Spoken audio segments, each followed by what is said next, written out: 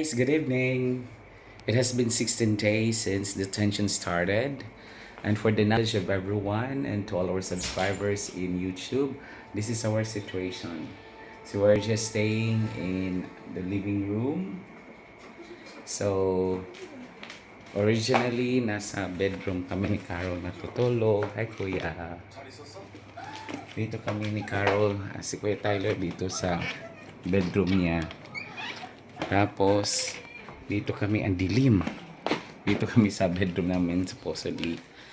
But now, for our protection and safety, nandyan kami. Yan. Kasi nga, triple wall yan dyan.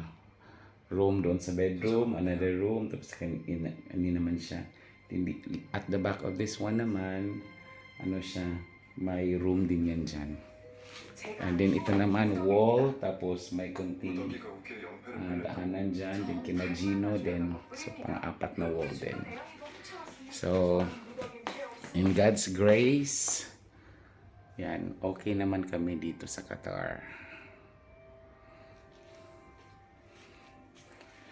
So, thank you for watching as always.